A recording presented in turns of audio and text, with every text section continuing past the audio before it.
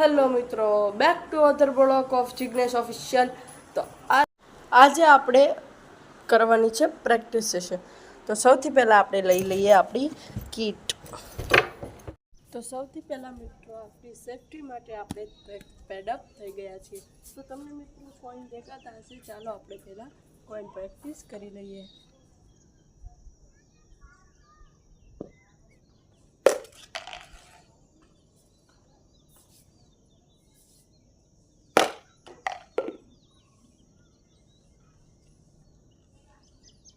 Final મિત્રો આપણે coin practice આપણી પૂરી.